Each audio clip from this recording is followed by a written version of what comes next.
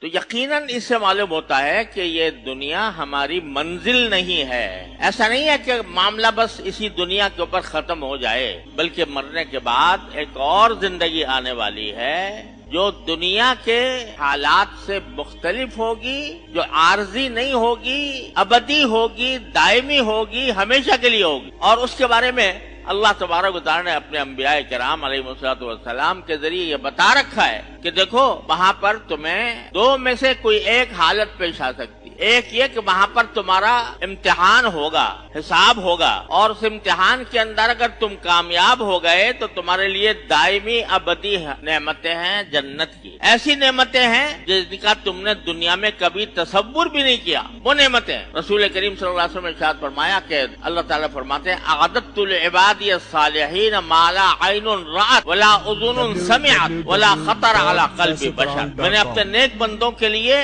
ایسی نعمتیں تیار کر رکھی ہیں کہ نہ آج تک کسی آنکھ نے وہ دیکھی، نہ کسی کان نے ان کا تذکرہ سنا، اور نہ کسی انسان کے دل پر ان کا خیال کبھی گزرا. ایسی نعمتیں وہ ہم نے تیار کر رکھی ہیں تمہارے لیے اگر تم اس امتحان میں کامیاب ہو گئے. لیکن اگر تم نے دنیاوی زندگی اس طرح گزاری کہ اس کے نتیجے میں تو اس امتحان میں کامیاب نہ ہو سکے تو اللہ بچائے پھر عذاب بھی بڑا سخت. جہنم ایسی چیز ہے کہ انسان کے لیے قابل برداشت نہیں. وہ تمام تر تکلیفوں کا، مشقتوں کا، غموں کا، دکھوں کا مرکز ہے.